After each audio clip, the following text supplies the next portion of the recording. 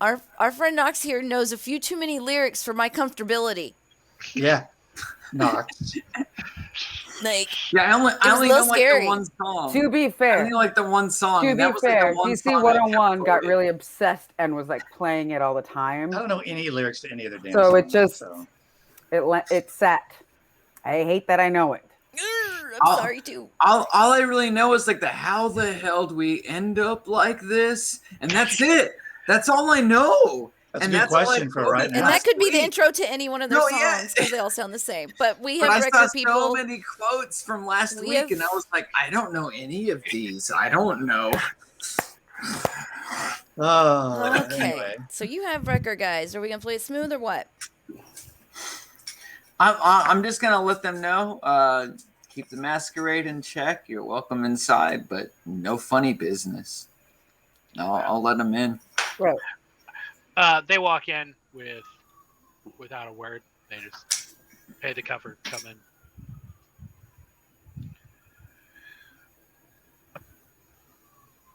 Do you communicate to everybody that they are? Yeah, I'll let them know. I'll voice in. Hey, Nickelback's on their way in. You just hear Alice just.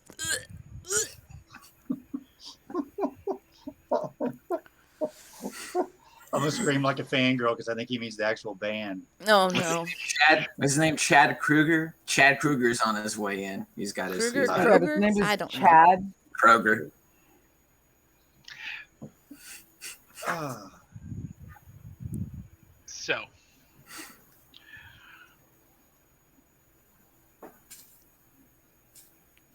you guys are downstairs still talking. Well, Alyssa, at this point, after you said that, she's kind of been like, okay, cool, and headed back over to where she was over at Lane's bar. Did anybody make it clear to her that she needs to keep the masquerade if she's here? I mean, that was kind of like the first thing I said to Yeah. her. Okay. Yeah, it's like. I just wanted to make sure that it's been like accepted because like I mean, we'll find out. um, Well, then when Vic says over the squawk box that Nickelback is here, I'm actually going to head upstairs. I want to greet these fellas, unless somebody beats me to it. So you are heading up there. Mhm. So when you walk up, you catch them on the stairs as they're heading down, Mhm. and they go, "Oh, hey, it's you." Yes, and it's you. How's it going, fellas? He goes, we happened to catch you on our security cams afterwards. So we're here because we'd like to talk to your boss. Okay.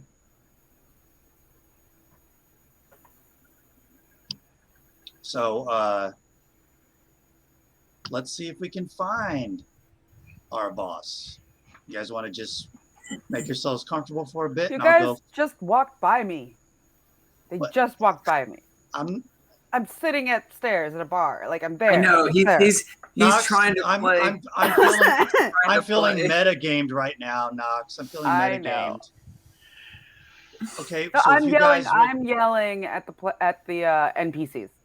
I'm not yelling are at you you. serious? Yes. Don't do For that. being stupid. Don't do no. He's I got was strategy. He's got a I strategy. was gonna make them sit and wait for a while. Oh no, I'm yelling at them like I'm yelling at a TV screen. Oh, I see. It's okay. So I'll say yes. So you guys want to make yourselves comfortable, and I'll go find our boss and get to you ASAP. He goes, no. They're like, no, we'll follow you. No, you'll make yourselves comfortable, and I'll go find our boss.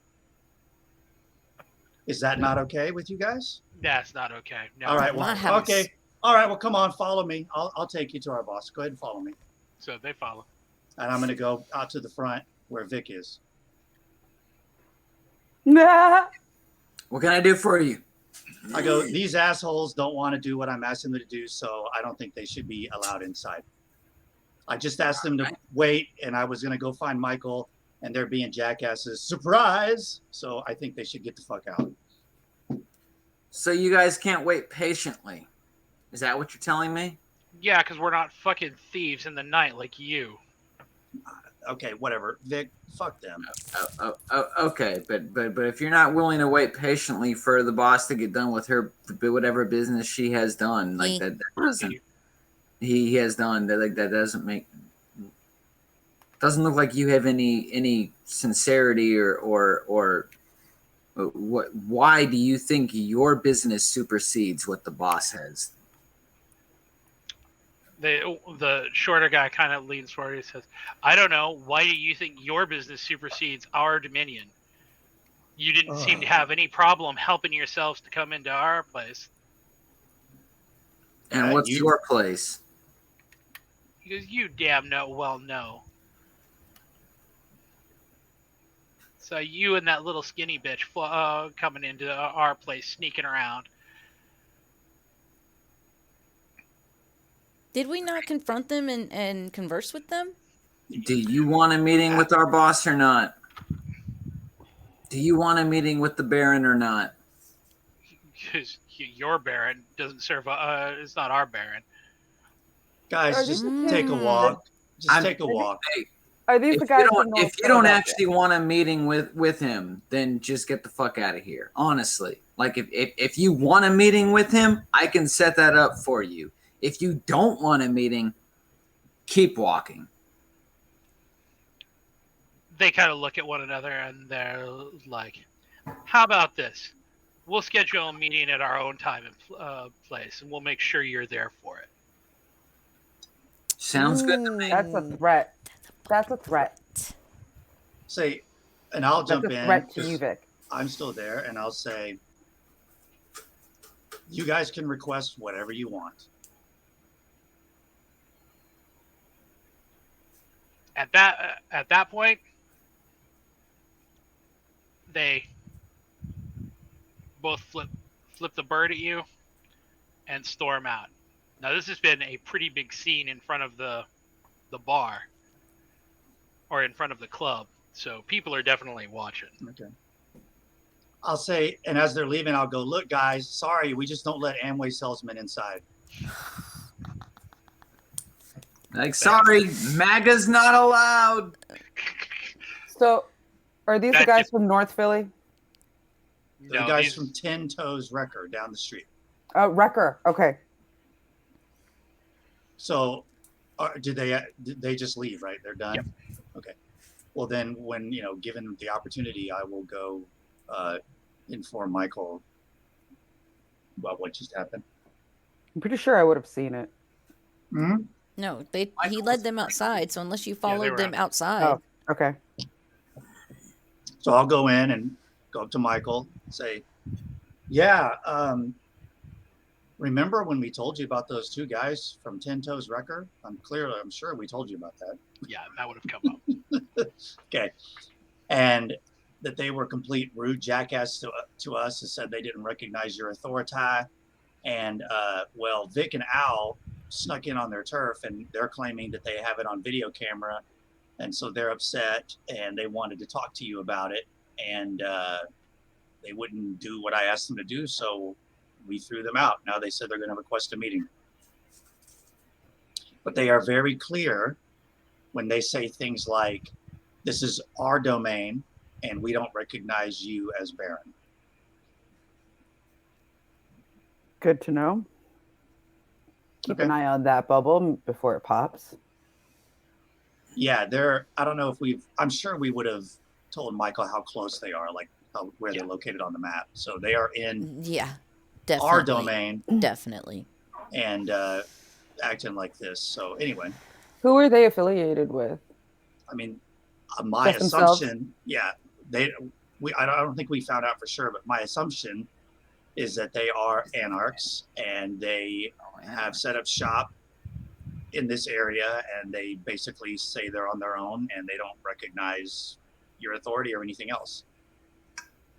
And I guess they just want to complain about Vic and Al sneaking onto their property.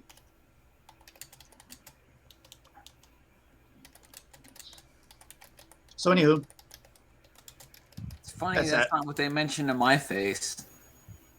Well, I mean, well, they said the It thing was- about thieves in the night, and we've got you and the skinny bitch on camera.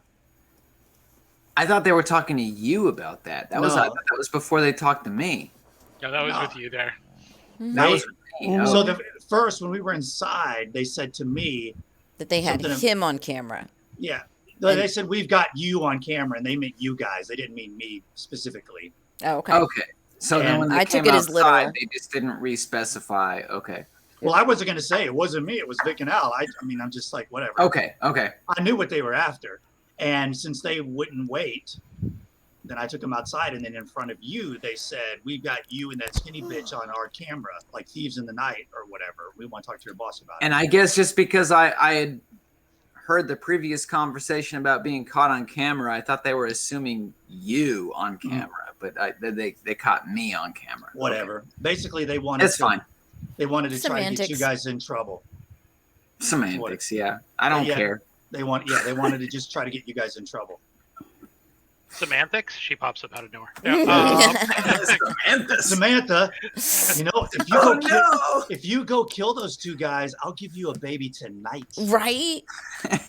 Just for the trouble. Like, I don't care if Yeah. they end up redeeming or whatever, or we end up forming an alliance. I don't give a fuck. They just irritated me. Just go. You go kill Charles, I'll give you a baby too. You'll Yeah. get two of them. I'll Oh give my you two Lord. babies. And if Two you in kill- one night. If you kill Shaw, Don't you gonna make her the Octomom?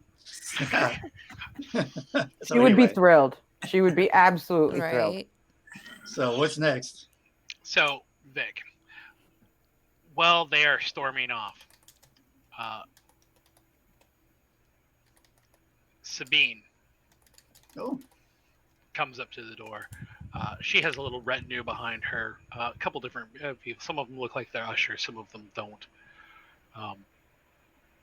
Some of them you can tell with your nose. Some of them are kindred. Some of them are human. She comes up and she's like, "So, the party has arrived." I will surely let Michael know. Michael, Sabine is here with the party. So nice. Sabine does that whole European cheek kissing thing. Yeah, and breezes in. Now, Michael, you are right up there upstairs, correct? Right. And I see her, I'm gonna like pop up and say, "Darling." Yeah, So so good she to clap is- eyes on you. Yeah, as soon as she sees you, she makes a beeline to you with her whole retinue. And she is just like, "It has been far too long." And I growl back, I couldn't agree more. She goes, "We don't have a whole lot of time, but I wanted to bring you a gift." And one of the retinue produces a box. It is about the size of a shoebox, Mhm. kind of tall. Inside of it is a green bottle that is filled with red liquid.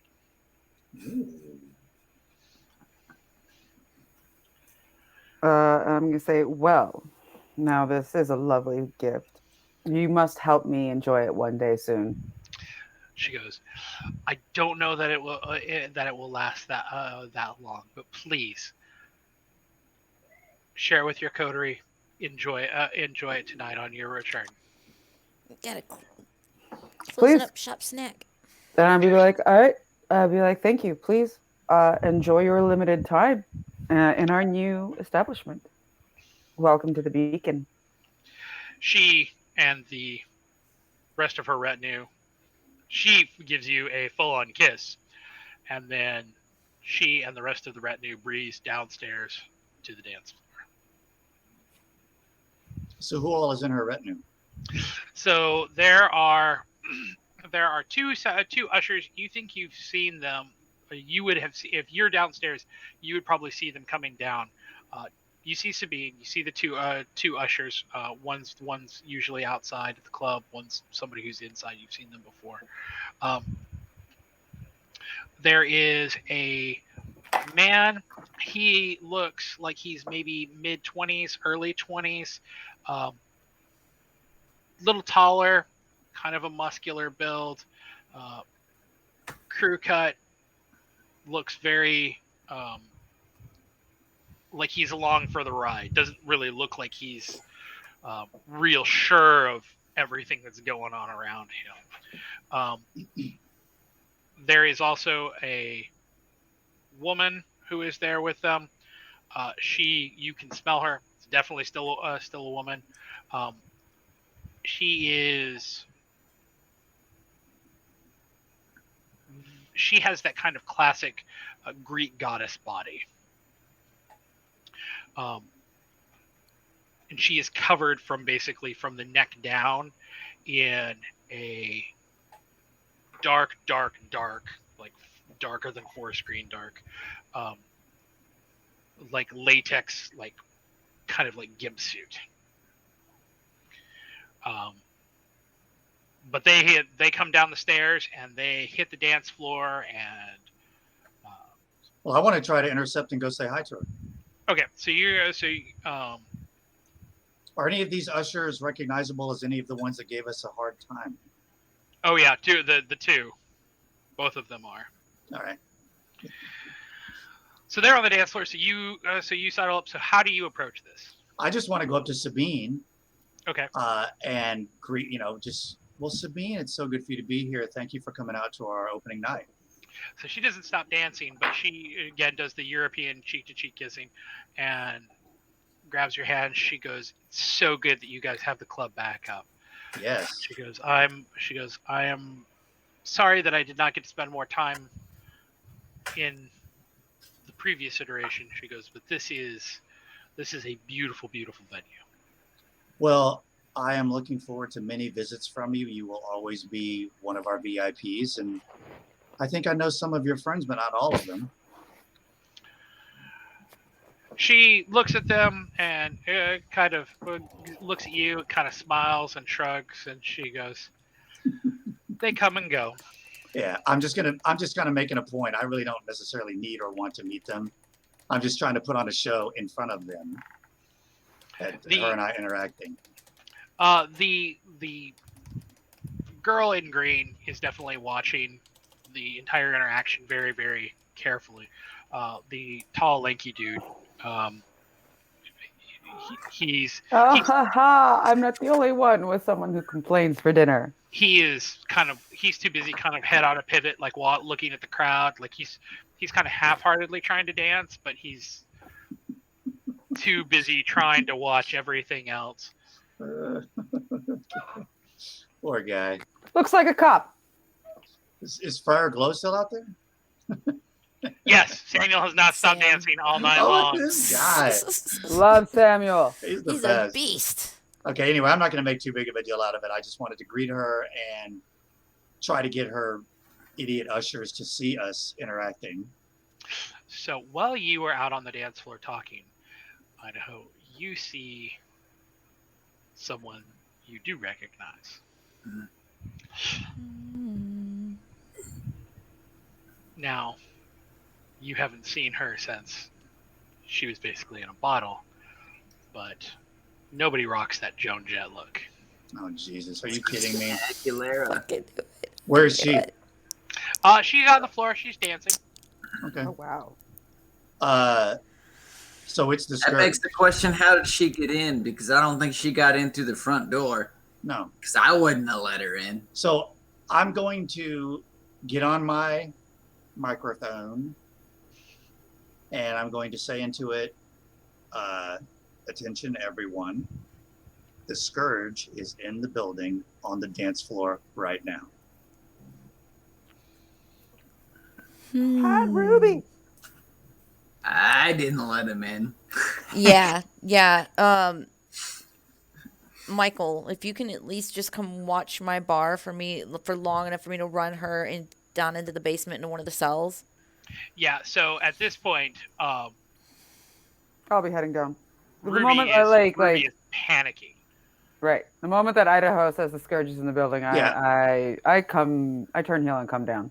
And I say, Michael, let me know where you need me.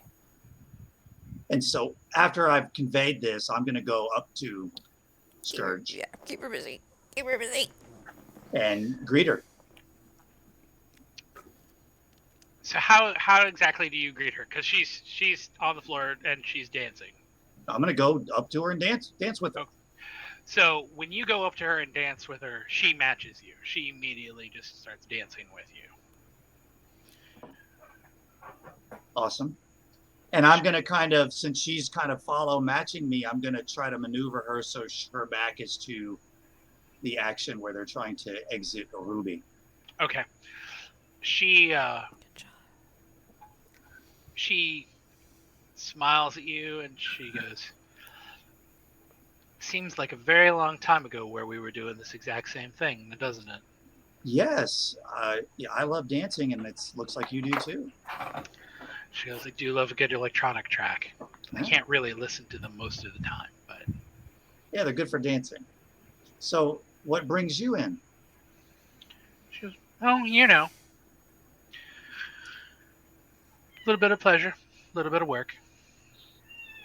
What kind of work? She says, I think you know. Well, if it's the kind of work I think it is, it'd be best not to happen here. Or anywhere here. Ain't no time for it in this territory. She kind of chuckles to herself and she goes,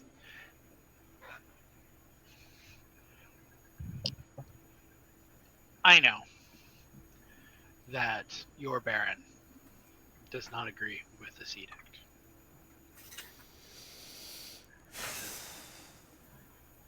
But that's the problem, isn't it?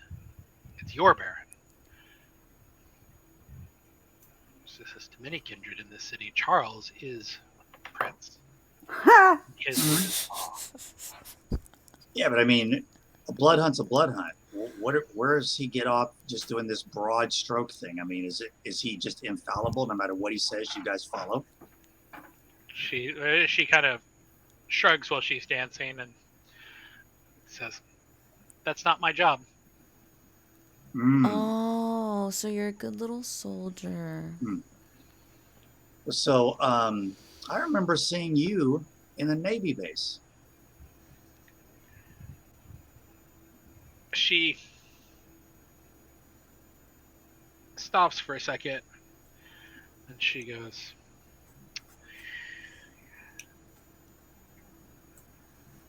I'd much rather not talk about that. Well, yeah, I'm sure. It really wasn't pleasant, but I do remember seeing you there.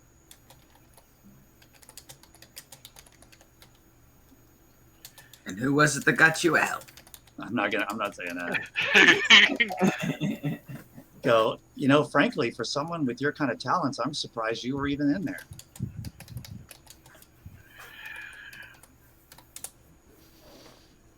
She, at this point, the humor has gone out of her face and she's not dancing anymore. Okay.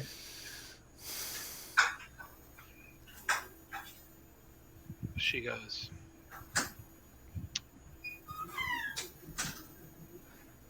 well, I'm not there anymore. And I'll never be there again. That's awesome. Awesome. And I would not have stopped dancing during all this, but like, I hope that's the case for all of us. She says,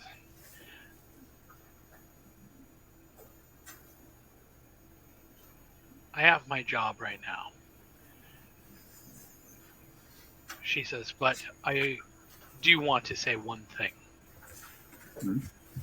She says, I know that Charles does not believe in the Inquisition in Philadelphia. She says, I want you to know that I do. that you believe in the Inquisition in Philadelphia? She says, In other words, oh, sorry. Go ahead. she says, I have my task that I have been assigned. She says, and by his edict, it will be done. She says, but that edict is not all that I am. She goes, I will find out where these kind got their technology. She says, I will find out who's behind all of that. That's great. I'd love to know that as well. You want to exchange phone numbers? At that, she laughs and she goes, I think you would be in poor taste. I mean, I've heard I'm pretty tasty. Damn. Okay. I mean, you seem like a really cool person. I wish, we could be friends, but, I understand how things go. She goes, you don't seem particularly bad for a reasonably mediocre dancer. She says, I could use some help if you are I knew this was coming. interested perhaps in changing sides. Well, no. I don't mind helping, but I'm not going to change sides. She's fair. I mean, She starts dancing again. Yeah. Like, it seems like if we're talking about finding out what happened with, the Inquisition and all that stuff, that's something I think is of interest to everyone, not just you guys. Mm-hmm.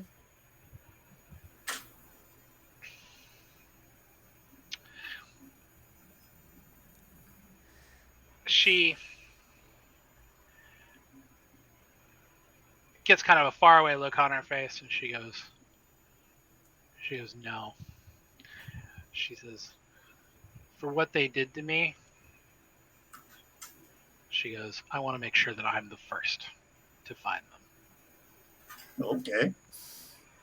I've got no problem with that. I just want I don't them think to there's going to be stop. much to find after her in that case. So, Alice, you've taken Ruby downstairs? Mm-hmm. Okay. So when you're going downstairs, where are you taking her? Just to one of the cells? Or to one of the rooms? I was about to ask, did we refurbish the rooms down there so that we have some lodging? No, you're still at the apartments. Okay. Those rooms are all, I mean, they're basically very bare. There's probably rooms down there that are would be suitable for like sleeping in, but they're not comfortable. Right. No, just a squirreler away. And what kind of security have we gotten for the place since last time? Are we doing key cards, badges, scans? What are we doing? So those doors down there, which were key carded by the previous occupants, those stayed. But we reprogrammed them, right? We have the cards. Correct. Okay. Yeah. And of course, all of the security room is back up with the cameras and all of that. Yeah. Let's. Yeah, I go ahead and drag her down there. I don't see a need to explain in the moment, considering she's pretty freaked the fuck out.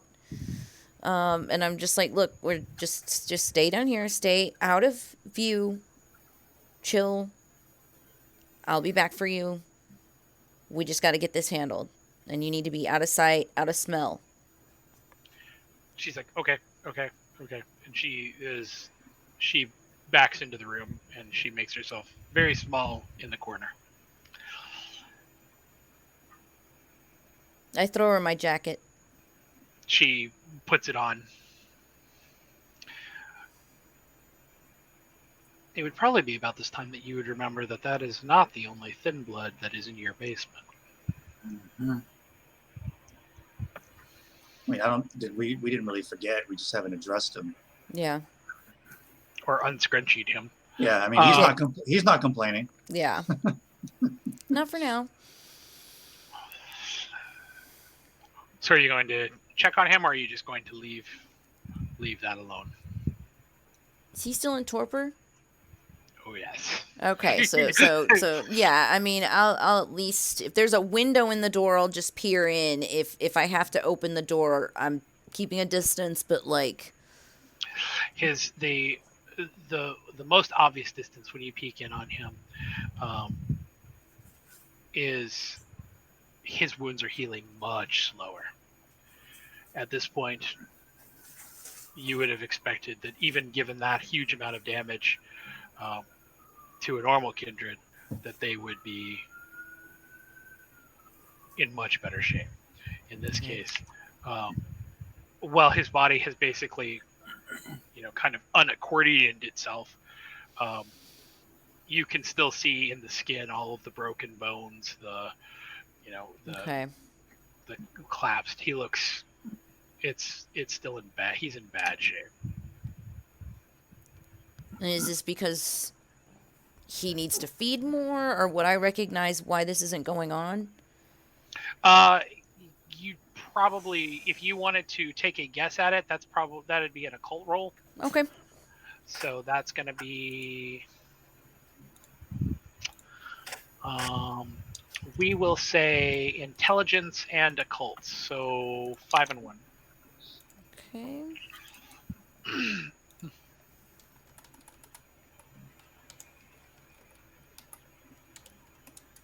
Good luck. I know everything. That is in fact true. I know all of it. So you know intrinsically that the reason why his body is not healing is because he is a thin blood. Thin bloods, when they take damage, they don't heal like kindred do. They heal like people do. So as a result of that, even though they can, given enough time, kind of put themselves back together, it is not nearly as quick or as efficient as it is for kindred. The other part about that is that you would also intrinsically know that because he's basically at least semi-human, it's also not like with kindred. All of those nerve endings are alive, which means that he is in absolute agony. Yeah. So we probably need to get him some pain drugs. And so he's not just unconscious? Is there a way, again, with my occult, would I know a way to advance this or to make this easier for him at all? Is there anything we can do? Feeding help? Yeah, blood. Feeding, yeah. Blood is all blood when it comes to healing. It is always always a matter of vitae, particularly because he's in torpor. To answer your question, since her successes are so high on this, to answer your question, Idaho, yes, when you are in torpor, even if you have only a very limited, kindred have been known to have a very limited, shall we say, spatial awareness around them while they are in torpor. It's not quite as much as if they are staked and just are simply in paralysis, where they then have full, like if you stake a kindred, they still have full access to eyes, ears, everything like that. They just physically can't move. Yeah. Where kindred who are in torpor have somewhat limited amount of spatial recognition and awareness. They can tell when people are moving around them, which is why particularly kindred that are in very prolonged periods of torpor describe it as being torture, because they're semi-conscious and aware of things that are going on, but can't interact. So do we have? Oh, go ahead. Sorry. I was going to say, and in cases where they are, like, say, buried underneath the ground or trapped in facilities where there's literally nothing happen around, time can seem infinite.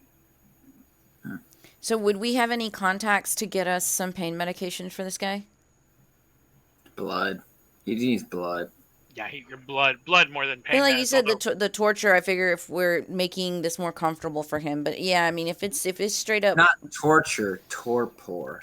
well, no, both. it No, can feel but like he's- it torture hurts. Yeah, when he they're feels. trapped like that. Yeah, Yeah, no, Yeah. they feel it. he's trapped in his body. Well, it's completely broken. So But yeah, yeah, I think blood is the only thing that's going to bring him back. And we could get some blood for him later. Yeah. So I go ahead and if there's nothing else to observe about his room or him or what's going on, then yeah, I lock up. I head back to the key card door. I make sure it's fucking locked. it is indeed. And I go ahead and I guess if Michael took over my bar, I'm gonna go meet up with Michael at my bar. So Michael's at the bar with Alice. Idaho, you are still on the dance floor dancing the night away with the Scourge. Sure, if she's still there. She is indeed. Vic. The line has thinned. There's not. It's late. It's the end, basically heading towards the end of the night. So people have the line's basically gone, and you guys are just standing out front. Okay, I kind of move into the club. I think that halfway through the night, I would probably move into the club and start acting as bouncer to get people out if they needed to be. So before you get in, you're kind of moving through the club for just a couple minutes, and you get a personal text from Romano that says, very simply, it's a voice text. It says, need help, please come up. I'll head straight there. If he's gonna send me a voice text, that's the first time he's ever sent me a voice text. No, everybody has to voice text you. Yeah, because you're illiterate. You're illiterate. Well, but I don't know their voice text unless they send me, like, if he says it's a voice text, I'm thinking it's like a voice like message, like an actual audio. Right. It would have a play button. Yeah. I think Vic could figure that out. Yeah. But would it be the letters that Vic said, or would it be Vic's audio being sent to me? It'd be audio being sent to you. Yes, that's different. This is not Vic. This is not Romano's like messages being translated into text and sent to me. This is him sending me a voice message saying, "You need me." So I'm heading straight up. If he's sending me a voice message, this is not normal. I'm going straight up. So when you get there, he is not at the door. He is not at the front door. He is standing at the bottom of the stairs. And he is looking kind of rigid. You okay, Romano? He kind of shakes his head a little side to side.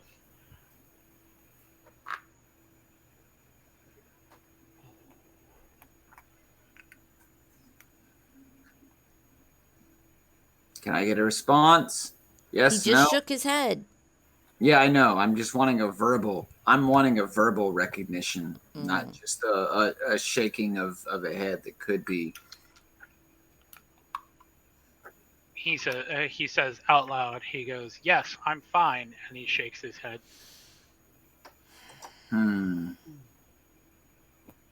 Who's got control of you?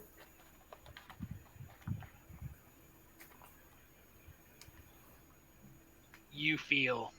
So, did you come down the stairs at all towards him, or are you still standing basically up near the club? No, I'd be coming down towards him. I figured I'd be pretty close to him. Okay. When you walk up to him, you feel a slender hand come up over your shoulder, and it clamps down on your walkie-talkie, on your microphone near your head.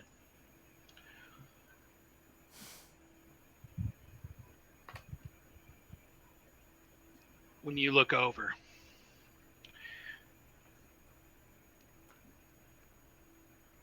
It is a wicked slash of a smile. And a suit that does not fit very well. He looks at you, Vic, and he goes,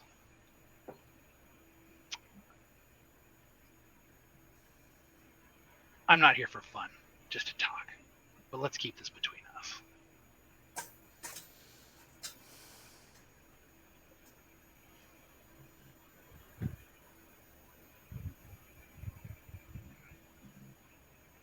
He says, so, paid a trip to a florist recently. Some people like to play, love me not with roses. Me, I just like to pluck them. But I did find out something that I thought was really interesting. Some little withered rose told me that you were going to step up and kill Charles.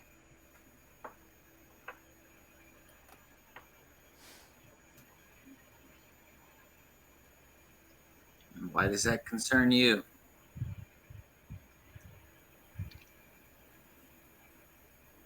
That gets a smile that is all teeth. He says, oh, because I want to help. He says, because I want in. See, I didn't get to him last time that I had my shot.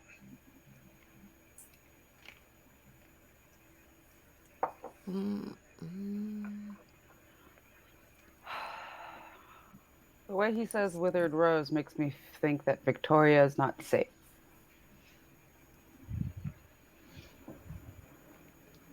But we're not there. He says, so, how about you and I make a deal?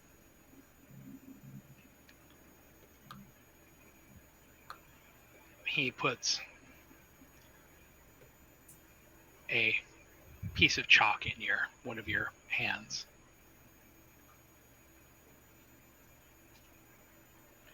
He says, let's get a little biblical.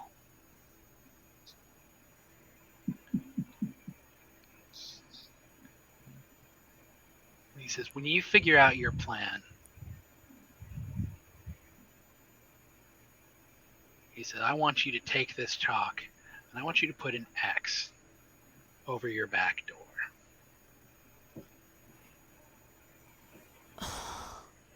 He's like, and then I'll be there.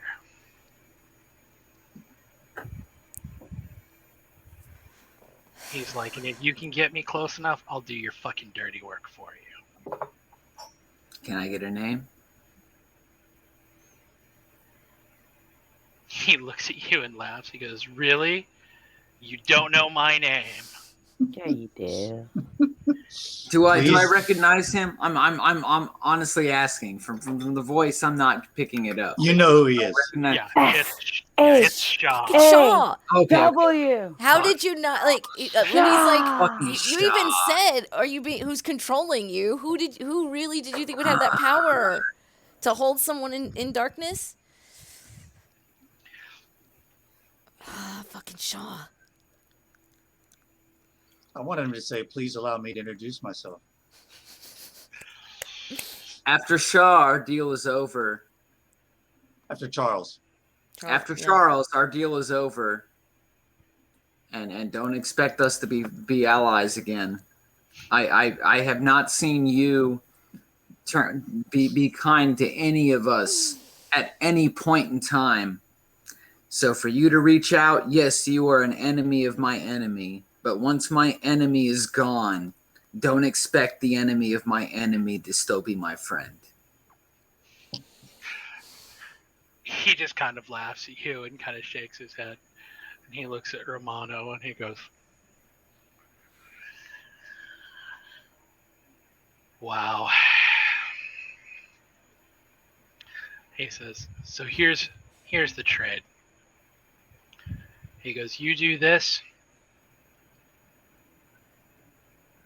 He says, and I will make you a promise. I'll never darken these halls of your little club ever again. This is to be the one place in all of Philadelphia, he says, that you'll be safe from me. I'll hold you to that. He says, you couldn't hold me to it if you wanted to. He says, but I'll You tell say you. that. He says, I'll tell you this. But I got you out of that naval port, didn't I? You couldn't get out there on your own. I got you out. So don't fucking forget who got you out here. He smiles at you again and he goes,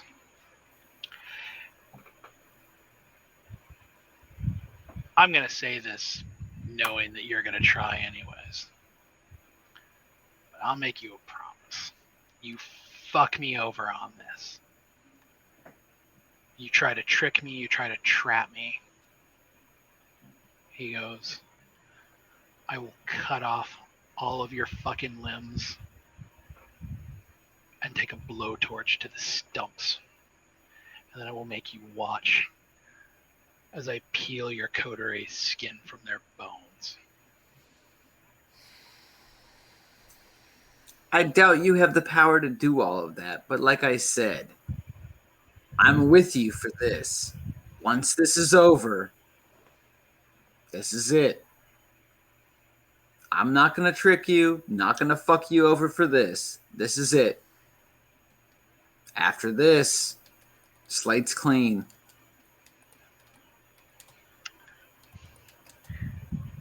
He takes his hand off of your microphone, and you can hear as he takes his hand off of it that it goes from static to clear. He pats you on the top of the head and goes, good. Be a good doggy. Go tell your master.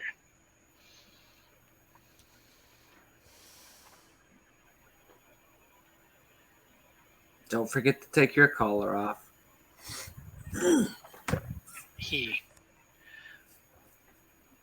walks, and it is a weird thing that you see. He walks straight at the building underneath of the stairs, and when he hits the shadow, it's like he moves from 3D to 2D. And then he creeps along the side of the building.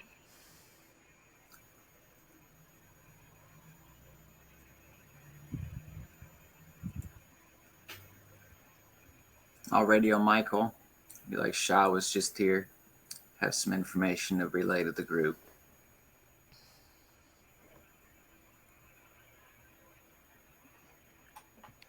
Come on in. Come on up. So, it's starting to head to the end of the club night.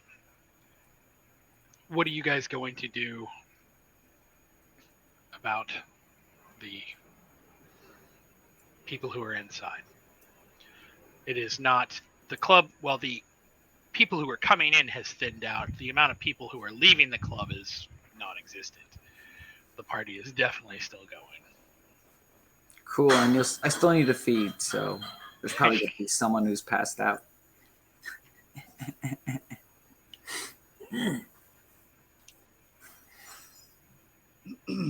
Anyone else hungry? I think it was just me and Michael, wasn't it? Or was it Al too? Just you and Michael. Just me and Michael. So, how are you guys handling the crowd towards the end of your evening? I mean, like, last call, headlights up. Music is dead. Let's go, let's go, let's go. Everybody's got to get out. There is a definite aww as the evening starts to draw to a close. The people who are there definitely seem enthused. bar tabs or bar tips on the tabs are a little higher than they normally are.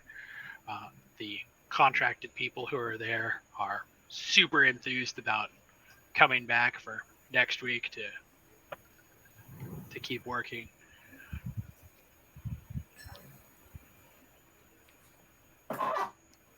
After about a half hour, everybody's kind of shuffled out. So, what do you guys do now? I was gonna fill Michael in on what Shaw let me know. Might as well have like a bit of a meeting while we do count out. Yeah. Well, I would have checked before we have our little meeting. I would have checked on Abby, assuming she had a good evening and that she got on her way. Abby is actually still she's still hanging around upstairs. She has not exited. She has been waiting for you, Idaho. All right, well, Ooh. I'll go up there and. Well, the evening's winding down. Did you have a good time? She's like, it was a fucking great time. She's like, this place is jumping. Yeah. Hopefully, we can keep up the steam.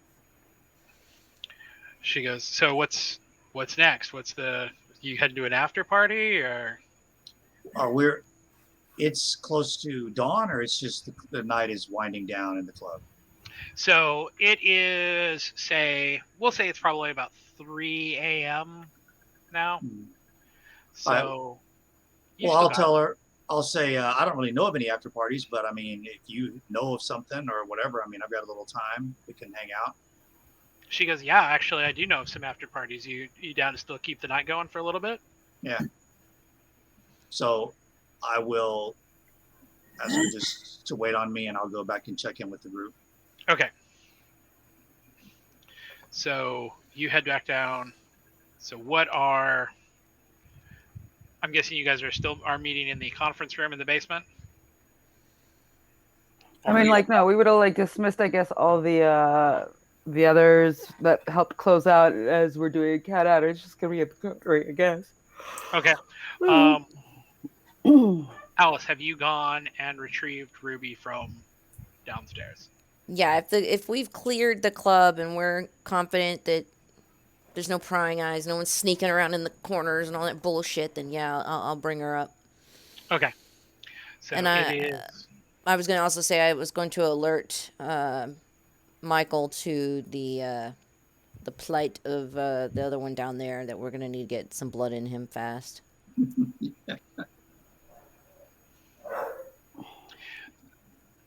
Well, some of that bottle that Sabine gave me should probably speed him along. We could always find some bum to help him out too. I mean, who knows what the quality is of that stuff that she gave you. Aside from the fact Shaw was here tonight. Shaw and the Scourge. Awesome. Here's the piece of chalk he told me to put an X on our back door when we decided to take out Charles, and he would help us. And at what cost? Supposedly at no cost. I told him that when this was over, we are done. We are finished. He is an enemy of us as soon as this is over with. He volunteered to help us take Charles out. Charles likes to play games, man. My question is whether or not he wants to fill the Charles power vacuum. You think? Or whether or not. That's my no, exactly. That's what I'm saying. I'm totally okay with taking Charles out, but if it's just taking Charles out for setting someone else up that's just going to be just as evil and fucking vindictive, then what's the fucking point? Hold on a second. Ooh. Can I do sense the unseen real quick? You can indeed do sense the unseen. I'll help. Where are you? Separate roll or just help her roll? It would be separate rolls. Okay. So for it's your wits and discipline, Michael. So that's going to be 3 wits and 1. So 2 and 2 for you. Contagious. And then what's mine? For you, Alice, it is 4 and 3, so 6 and 1. That's right.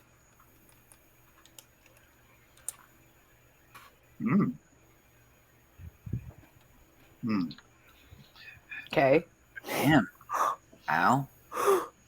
Al got 5 successes. I know all of the things all night. So I couldn't tell if that was her first roll or her second roll, but that's I know. her I had to second look at it roll. too. I was like Yeah. scrolling. I was In like, a row. Damn. Go after Shaw while you're lucky. right.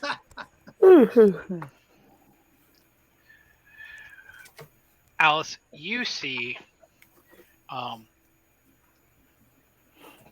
near the end of the dance floor a kind of small huddled figure. Fucking Roy.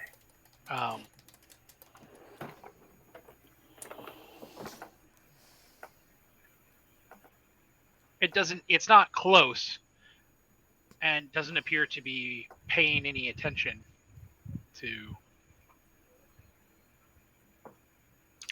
you guys. In fact, it's not anywhere near you guys. It's literally on the other side of the room.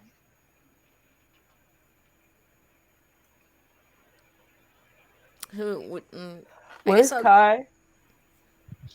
Where's Kai? Roy. I think Kai is with you guys. Yeah. Okay. Roy's always been the one to sneak around in our fucking club. You don't know that. We don't know what it looks like I guess yet. I'll approach cautiously. It's when you get closer, you see a purple hoodie, some jeans. You see a kind of a shock of also purple hair. It's almost identical color to the hoodie. And the face. So the skin on the face is sucked so hard to the bone that it's almost kind of skeletal. It has this almost it almost looks like a skull, like an actual death's head.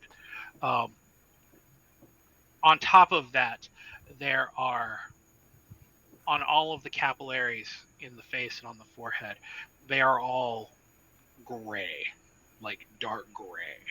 It's nice. Really, really, really, really skinny nice. She is... Or an anorexic toreador. Ooh. Ooh. Man, talk about picking fights with everybody tonight. Damn. So Vic came here to fuck shit up. Mm-hmm.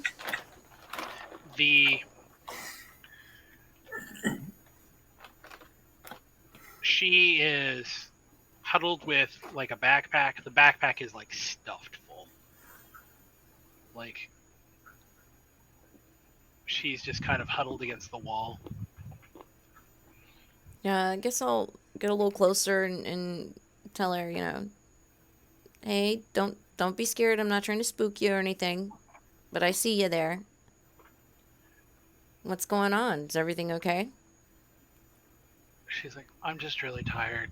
She's like, I haven't gotten a meal in a couple days, and I figured I would just kind of sleep in a corner here. Well, hon, I think we can help you out with that. What's your name? She says, I'm Brittany. Okay, well, why don't you come over here and let me introduce you to my friends, okay? She's like, they're not gonna hurt me, are they? No. You have my word. She's like, okay. Yeah, so I help her up and bring her over to everybody. she kind of weakly waves. She is bone thin. Like she is the same height as what an average woman would be, but underneath of the hoodie and the clothes and everything like that, it is like a skeleton walking around under that. Yeah, Michael, this is Brittany.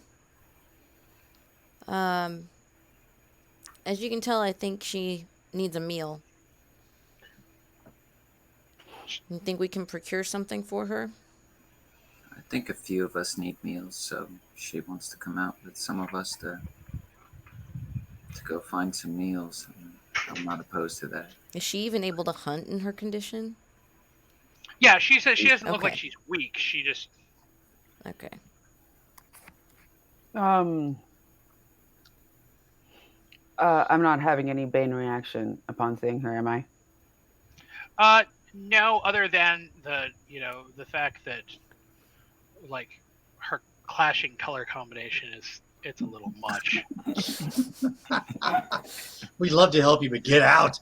And that, It's like also Did you I match want your to. jeans with your shirt? I also want to ask if she has a place to stay. Where has she been staying recently? She goes, "Oh, I've been in the corner over there." She goes, "This has been the safest place that I can go." She's there. She's like, "There's others that are like me who like to stay outside of your club that are not kind." Mm. Sorry, we didn't notice you until now, but yeah, you're. Wait. How long have you been here? She goes, "Well, I was at the meeting. I mean, I hid during the entire thing, but I was at the big meeting, and then when everything went bad, I snuck away, and then I've been kind of around, like I come and go." Okay. What's your name? She goes, "I'm Brittany." Oh, it's nice to make your acquaintance. Do you want to invite the rest of your friends in as well? She goes, "It's just me." I think she was conveying that the ones outside are unkind to her, and that's why she's been hiding inside. Okay. Thank you. I want to say hi to her real quick, introduce myself, be nice to her, and then I'm going to say to the other guys, Abby's still here. I'm going to take her home. Mm. I don't want her to accidentally get impatient and come down here and see this shit. So if you guys need me for anything, text me or call me. Yeah, you know how to reach us. Yeah. So when you go out with Abby, are you also taking this opportunity to hunt on the sly? I don't need anything. Okay. I'm just gonna go.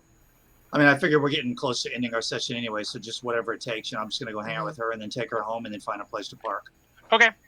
Or if it's convenient, I just stay at her place overnight. Whatever. Okay. I think me and Mike are the only ones that are hungry. Mm-hmm. So Idaho. So you're basically going out to the after parties, and then you're going to basically just kind of hang out with Abby a little bit more and get her home. And if I can stay at her, well, I don't know if that's a good idea. I'll get her home and then I'll go find a place to park. Okay. So, Vic, you said you needed to hunt and you were going to take this Nos with you. If it's I was thinking taking Michael and the Nas with. I mean, we both, me and Michael both need to hunt, and then the Nas also needs some feeding. So I didn't know if like it being 3 going out, if that would. It's up to Michael. I don't want to push it. If not, I can go hunt on my own. That's fine. I just thought, the more the merrier.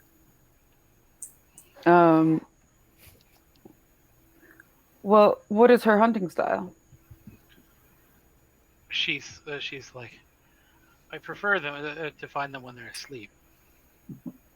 She You has should go with Vic, and when you guys are satiated, he'll bring you back, and we'll put you up somewhere comfortable and safe. Is there no one in the club that's still passed out? No, actually, you did not have despite having issues. We cleared you everyone out. Didn't have a whole lot of people passed out tonight. We failed. All right, I'll have her come along with me then. Okay. I'll tell her. So that's going to be 6. You had 2 for hunger, right? 2, so 2, 4 red, 4 white, 2 red. Yep. Don't accidentally eat her.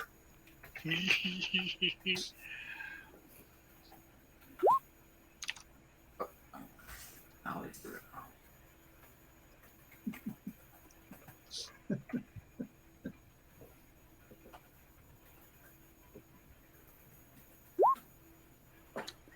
So, you and she go out, and you I'm gonna find. reroll 2 of those. Oh, I was gonna say you're successful. So. Yeah. If I'm successful, that's fine. The 2 doesn't seem like enough, and it's the end of the night, so I just figured I'd spend the willpower. No. So you go. You two go out, and you're out walking and hunting and talking, and she leads you to a park bench that is not too far away. That she claims that she's had some luck with, and what do you know? There are homeless people who are laying on and around near the bench, and it is really easy to basically just sneak up and grab a quick snack off of a couple of them. So Homeless pocket. That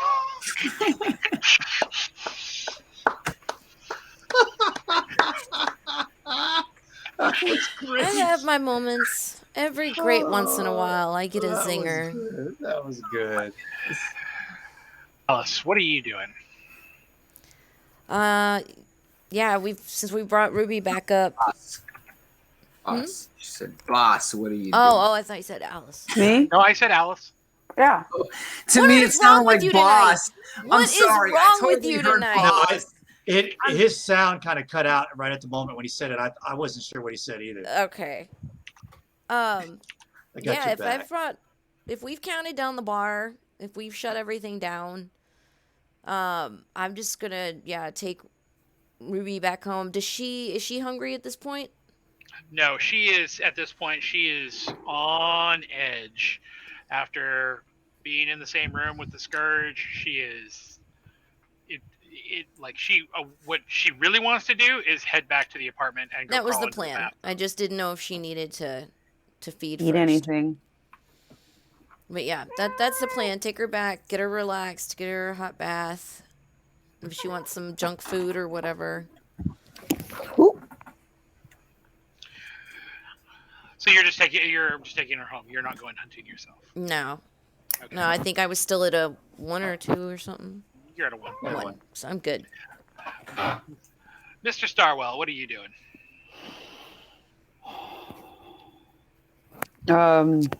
Was there anybody that caught my eye on the way out that I could have?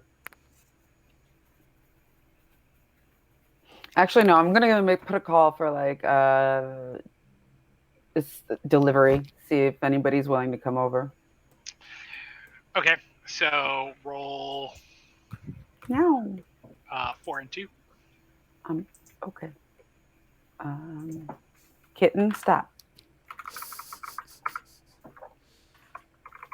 And stop hissing with each other. Hey, no fights right now.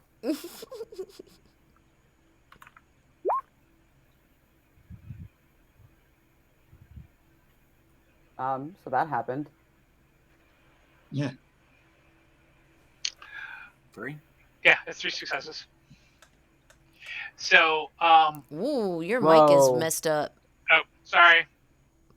He is a robot. Whoa, that was weird. Uh-huh. Because I saw him flash for a second, and then that's when it started. Any better? Am I back? Yes. Ooh. Yes. Gotcha. So, when you put out a call, some of the older clientele from New Rain they're only too happy to accept your invite to come over and take a tour of the new digs and, you know, maybe christen some of the couches and the bars. I think the VIP room needs a little softening up. Yeah, that kind of stuff too. So you definitely are able to invite and get a little bit of a nip before bed, so to speak. So, with that said, Idaho, final thoughts. This was a good one. We really interacted with a lot of different people, and I think made some contacts with some people that are going to be beneficial to us in the near future. Vic, final thoughts.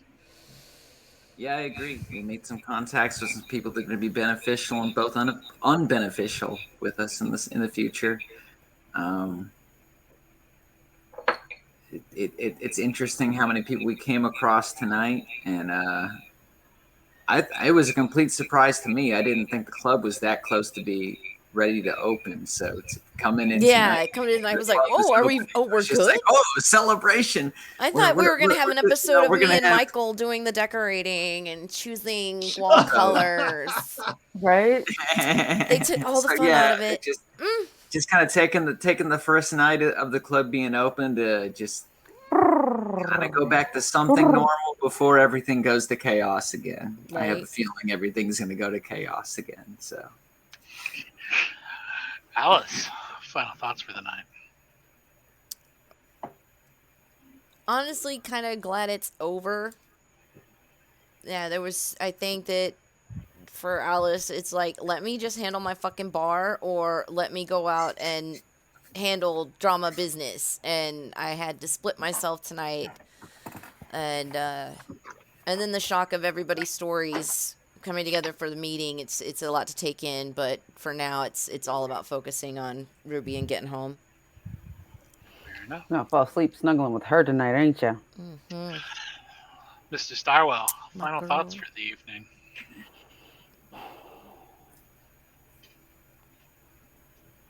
I understand that tomorrow all the work comes, but today I'm just going to ride this high because despite everything, it's back and it was beautiful. Mm-hmm. Fair enough. With that, the first night of the Beacon draws to a close, although much like this Chronicle, not its final night. We'll see you all next Monday. All right, guys. Well, that was session 32. 32? Yeah. So those of you that stuck with us, thank you so much. For those of you that are new, we hope that you've enjoyed the show. And all episodes go up within 24 hours to my YouTube channel, which you can find over on the links on the thing somewhere.